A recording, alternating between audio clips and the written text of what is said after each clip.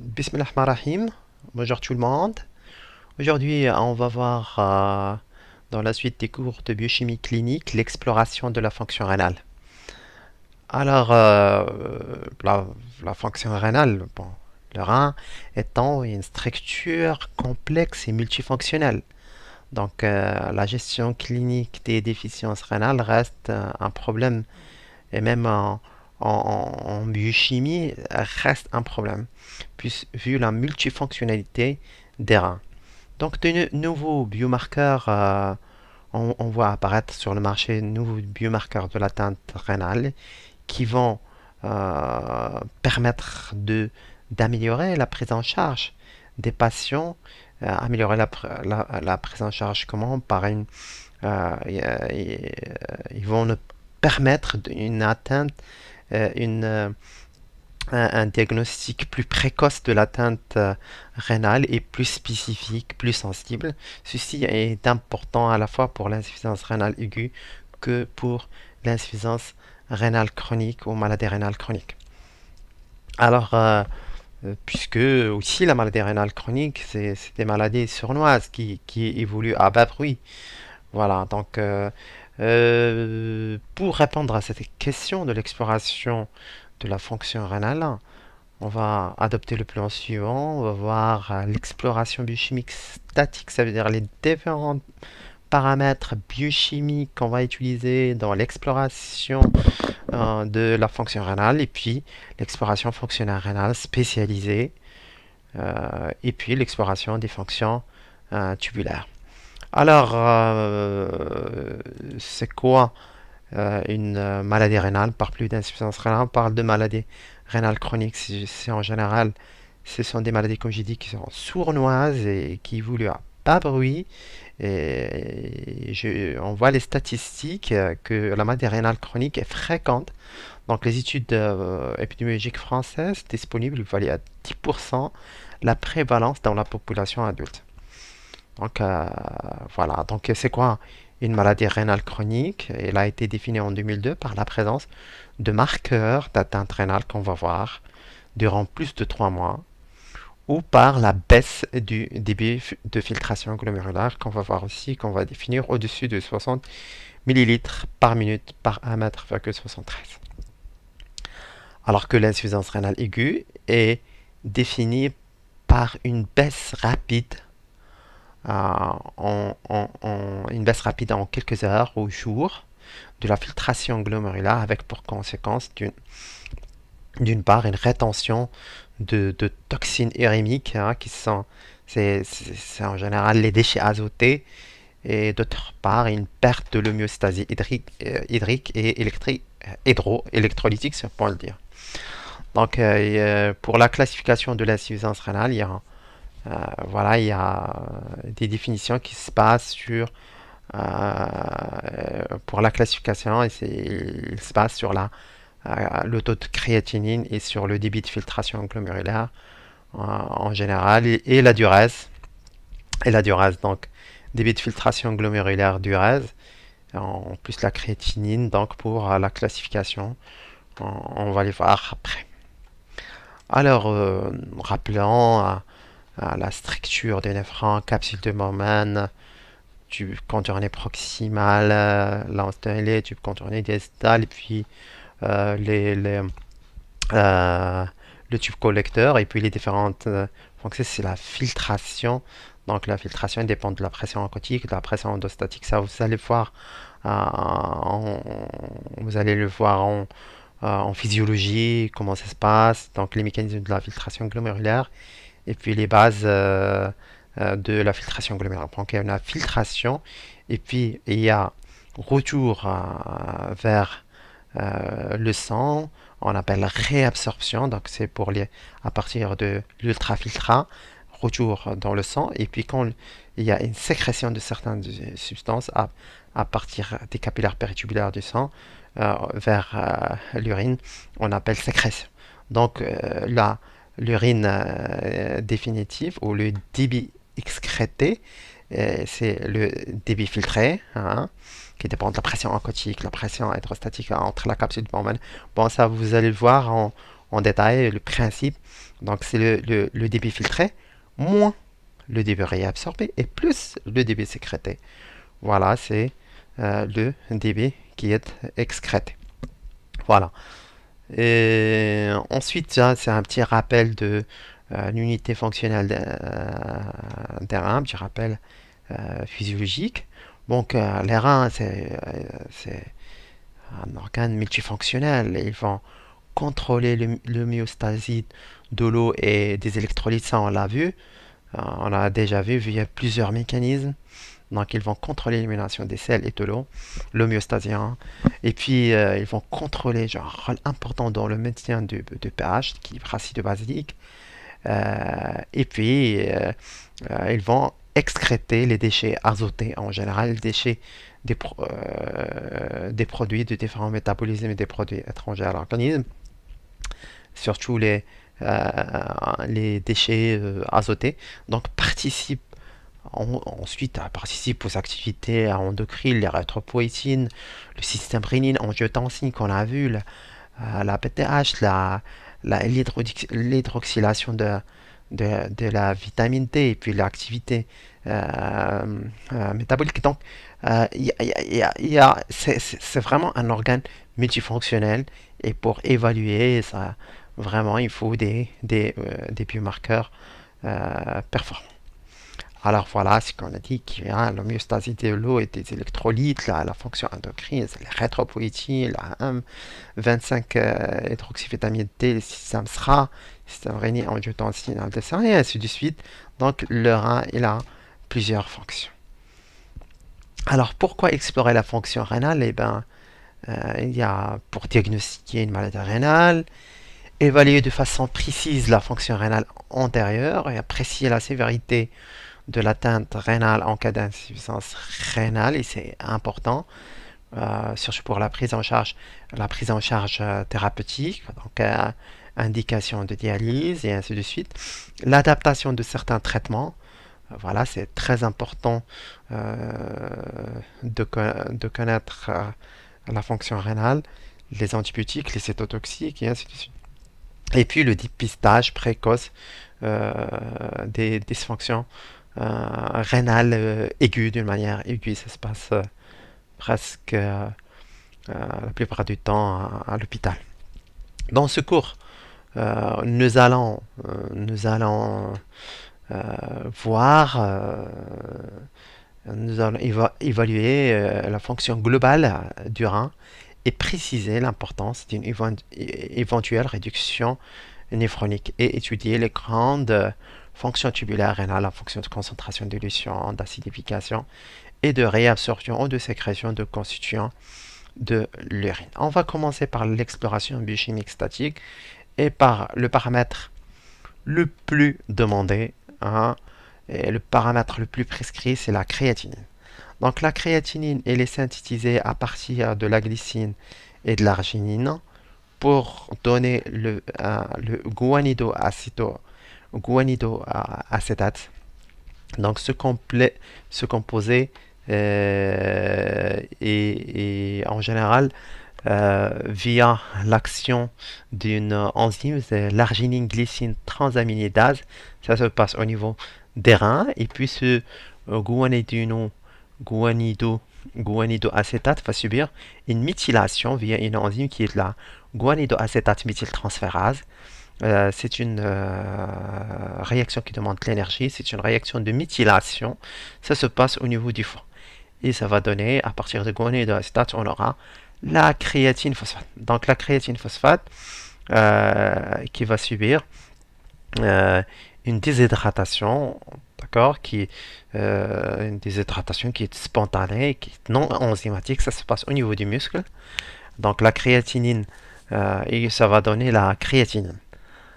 Voilà, donc cette créatinine, donc qu'on va trouver au niveau sérique, et donc un reflet constant chez un même individu de la masse musculaire ou de sa masse musculaire. Et en général, c'est un marqueur qui est stable pour la même personnes. Donc la créatinine sérique, quand elle augmente, quand elle augmente, c'est en général en cas d'atteinte glomérulaire. En cas d'atteinte glomérulaire. Donc voilà, le nom créatinine, il vient de créas, de viande.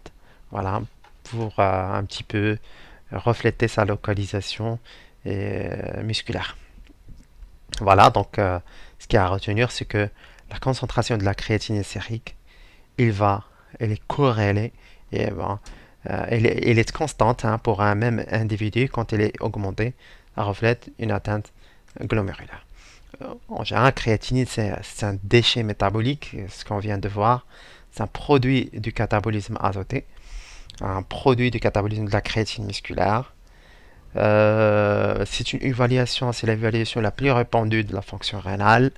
C'est l'évaluation, c'est l'examen le plus prescrit pour la fonction rénale en première intention. Donc c'est le reflet du début de la filtration glomérulaire. Euh, pour un individu donné, c'est une production constante qui est dépendante de la concentration plasmatique uniquement d'élimination rénale et de la masse musculaire. Donc c'est pour un individu donné, la valeur elle est presque constante. Mais, un petit mais, la créatinine est sécrétée au niveau tubulaire. Donc il y a une certaine concentration qui est euh, tubulaire. Donc cette sécrétion qui reste faible, mais quand même elle est là. Donc si on voit cette courbe, on voit que on a la créatinine en micromol par litre et le débit par rapport au débit de filtration glomérulaire. En général, la valeur normale elle est supérieure à 90. Ici, dans la zone grise que vous voyez là, c'est la valeur de référence de la créatinine. En rouge, les débits de filtration glomérulaire chez 95% des patients de plus de 65 ans. Et en gris, euh, en noir, chez les patients de moins de 65 ans. C'est les valeurs du débit de filtration glomérulaire chez les patients de moins de 60. Donc en général, les patients qui ont une insuffisance rénale, c'est les patients qui ont moins de 90 millilitres par minute par 1 mètre carré 73 du débit de filtration glomérulaire. Alors là, vous voyez que beaucoup de patients ont un débit de filtration glomérulaire qui est bas, mais ils ont toujours une valeur de la créatinine qui est normale. Donc la créatinine n'est pas un bon marqueur du débit de filtration glomérulaire. Et c'est pour cela qu'on a il ne peut pas refléter le débit de filtration glomérulaire vu la sécrétion au niveau tubulaire. Voilà, donc de par cette courbe, on voit très bien que la créatinine ne peut pas être un bon marqueur et il faut chercher autre chose. Comment on va procéder? Alors, la préanalytique, c'est mais le point positif en général de la créatinine, que c'est un biomarqueur qui est facile à doser, un biomarqueur qui est endogène, qui n'est ni toxique ni rien. Donc il existe dans notre organisme. Donc tout ça, c'est des points positifs. Il est facile à doser et qu'on dose très bien maintenant. Donc pour la partie préanalytique, c'est un tube sec ou un tube épariné, transport maximum 2 heures. Donc la méthode de référence pour le dosage de la créatinine, c'est la chromatographie liquide haute performance couplée à la spectrométrie de masse. Donc en dehors des gold standards, donc qui est la spectro de masse ou l'HPLC, euh, on a d'autres techniques qu'on utilise, hein, les techniques dans ce rectangle rouge, on a les techniques qu'on utilise en routine. Il y a les techniques colorimétriques, C'est la fameuse réaction de Jaffe.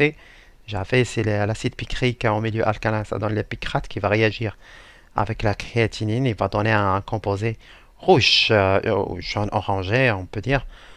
Jaune orangé qu'on appelle le composé de Janowski. Ce composé qui est photométrable. Donc on a deux méthodes. Une méthode standard et une méthode cinétique. Voilà, mais il y a des chromogènes non spécifiques et le plus souvent c'est des protéines, du glucose, acétoacétate, de l'acétone, du pyruvate, des céphalosporines, carrément. Donc la meilleure méthode c'est la technique enzymatique, elle est spécifique bon, le problème de la méthode enzymatique par rapport à la méthode colorimétrique, c'est la question de coût. C'est question de coût. Mais elle est, surtout en pédiatrie, je vais mettre 5 plus, c'est la technique à demander hein, pour l'évaluation de la fonction rénale. Alors, la réaction de Jaffe, c'est l'ancienne méthode pour le dosage de la créatinine, c'est l'acide picrique en milieu alcalin, ça va donner du picrate. Le picrate va en réagir avec la créatinine, donner un composé jaune orangé qui est le complexe de Janowski. Un complexe de Janowski qui est un maximum d'absorption à 520 nanomètres. Donc les valeurs de référence, c'est entre 9 et 12 mg par litre. Donc il y a une différence homme-femme et enfant. D'accord, ça dépend de la masse musculaire, comme on a dit. Voilà, et pour voilà, convertir du micromole par litre à 1 mg par litre. Bon, en général, nous, on utilise le milligrammes par litre tout le temps, mais il faut savoir convertir aussi. Voilà, vous avez le facteur de conversion. Et puis, bon, on a dit que cette méthode, il y a de nombreuses interférences. Il y a des pseudochromogènes, les protéines, les glucoses, les corps cétoniques. Voilà, il y a aussi l'interférence négative, comme la bilirubine. Donc, voilà, il faut connaître cette réaction. C'est la plus ancienne réaction de Jaffe, très facile.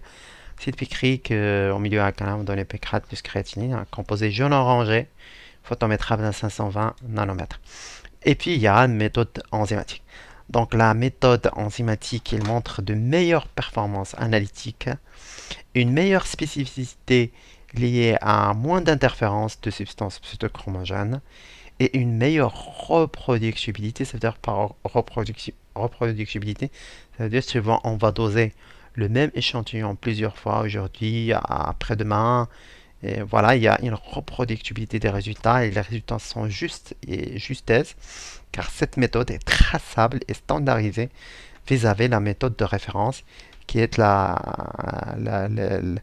chromatographie gazeuse ou gaz chromatographie et DMS, donc spectrométrie de masse avec dilution isotopique. Donc c'est en général les méthodes enzymatiques elles sont traçables et standardisées vis-à-vis la méthode de référence.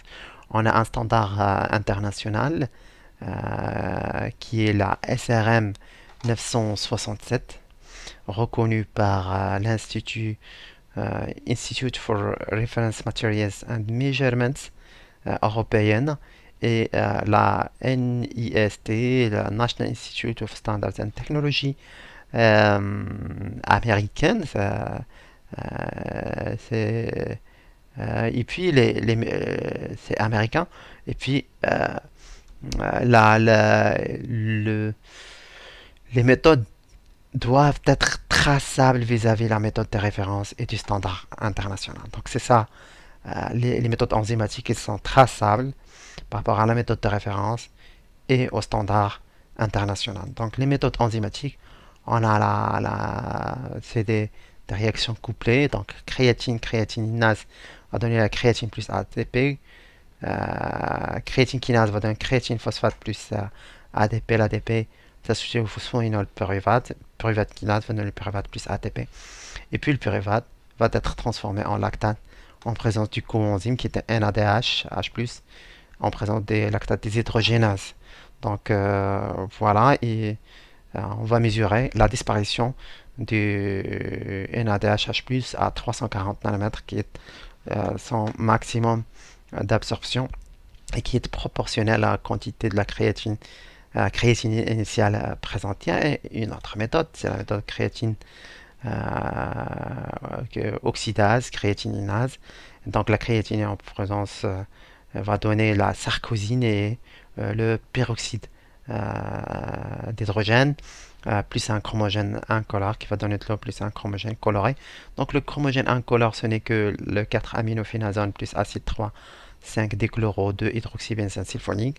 Et le chromogène coloré, c'est le complexe quinonimine rouge. Et on va mesurer l'absorbance à 520 nanomètres. Donc c'est les techniques enzymatiques, ce sont les meilleures, il n'y a pas d'interférence. Donc pour un post analytique, le nouveau-né il a une créatinémie élevée au début et diminue au cours des premiers mois. Pour le sujet âgé, il y a une diminution du débit de filtration glomérulaire, le flux sanguin rénal et du pouvoir de concentration des urines. Donc la faible augmentation de la créatinine est due à la diminution de la masse musculaire. Voilà. Donc le sexe, la créatinine est plus élevée chez l'homme que chez la femme, donc question de masse musculaire. L'ethnie, c'est la masse musculaire, il y a une majoration de 15% de la masse musculaire chez les Afro-Américains. Et puis la grossesse avec le phénomène d'émodulation, donc il y a la créatinine qui va baisser et puis l'exercice physique intense qui va augmenter la créatininémie. N'oublions pas les iatrogénies médicamenteuses, les médicaments. Donc c'est que surtout, n'oublie pas la cimétidine et la trimethoprim. Cimétidine et trimethoprim quand vous dosez la créatinine. Donc les laboratoires doivent, donc c'est le take-home message, take-home message, les laboratoires, je dis des laboratoires, et aussi les médecins prescripteurs doivent utiliser les techniques enzymatiques malgré leur coût. Ils sont traçables, voilà, et standardisables et traçables. Donc voilà, c'est le message à recevoir. Puis on passe à l'urée. L'urée, on a vu l'uréogenèse, c'est un constituant azoté non protéique synthétisé par le foie à partir de NH3. D'accord, une façon de débarrasser l'organisme de l'ammoniac qui est toxique provenant du catabolisme protéique. Donc complètement filtré par le glomérule et réabsorbé partiellement au niveau tubulaire. Donc là, c'est la détermination le plus souvent associée au dosage de la créatine. Vous voyez, dans un bilan, vous allez toujours trouver une créatinine, la créatinine et l'urée associées dans les bilans. Voilà. Et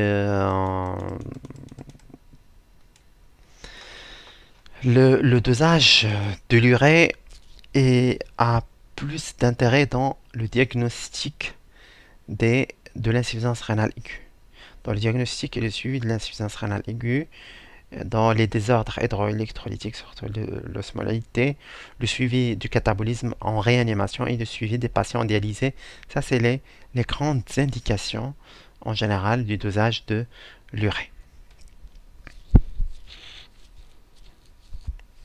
Alors, l'urée, donc un tube sec, tube hépariné, de la même manière, c'est le même tube sur quoi on va doser, on dose l'urée et la créatinine. La détermination se fait par un complexe d'enzymes uréase glutamate déshydrogénase et la mesure se fait à 340 nanomètres. Alors, l'urée plus 2H2O en présence de l'uréase va donner 2 NH4+. Le NH4+, plus 2 oxoglutamate, plus le coenzyme NADHH+, qui absorbe son maximum à 340 nanomètres, donner du NAD plus glutamate, plus H2O. Donc la diminution de l'absorbance est mesurée, puisque c'est des réactions couplées, est mesurée à 340 nanomètres, soit en cinétique, soit en point final.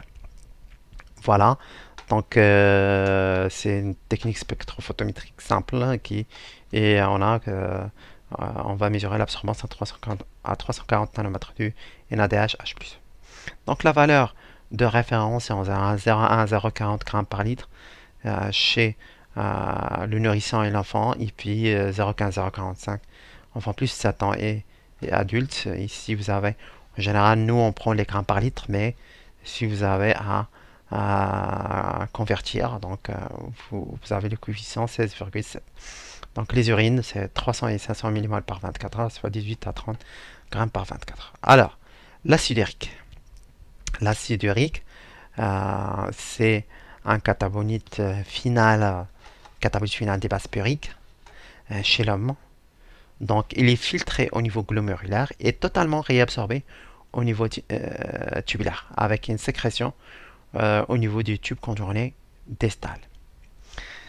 Alors, il y a une augmentation de la concentration sérique dans l'insuffisance rénale. Donc, en cas d'insuffisance rénale, il y a une augmentation de la concentration sérique de l'acide urique. Ça veut dire qu'il y a une hyperuricémie ou l'hyperuricémie est constante en cas d'insuffisance rénale. Donc l'hyperuricémie, ici, je peux réécrire hyperuricémie est constante en cas d'insuffisance rénale. Donc voilà, une élévation de l'urée peut témoigner d'une déshydratation avec insuffisance rénale fonctionnelle si vous avez 600 associés. Alors les valeurs de référence, en général 30-70 mg par litre chez l'homme. La femme, il y a moins, donc 20 à 60 mg par litre, et chez l'enfant 10 à 35. Là, c'est le même tube, un tube sec, tube hépariné, sur quoi on va faire le dosage. Donc, l'acide urique agit sur l'uricase, donc l'enzyme va agir sur l'acide urique pour produire de l'allantoïne en présence d'oxygène, de l'allantoïne en présence d'oxygène et de l'eau. Il va produire de l'allantoïne, du dioxyde de carbone et du peroxyde d'hydrogène. Ce peroxyde d'hydrogène réagit avec un chromogène de la même manière. On a vu cette réaction. Donc le peroxyde d'hydrogène réagit avec un chromogène qui est le dichlorohydroxysulfonate et amino-antipyrine pour former une quinine-imine. Quinonimine, complexe rouge, et dont l'absorbance est à 505 nanomètres. Elle est proportionnelle à la quantité en acide urique dans le spécimen. Voilà pour le dosage de l'acide urique. Maintenant, on passe à un autre marqueur. Bon, c'est la cystatine C. Donc, on va s'arrêter là, on va continuer avec la cystatine C.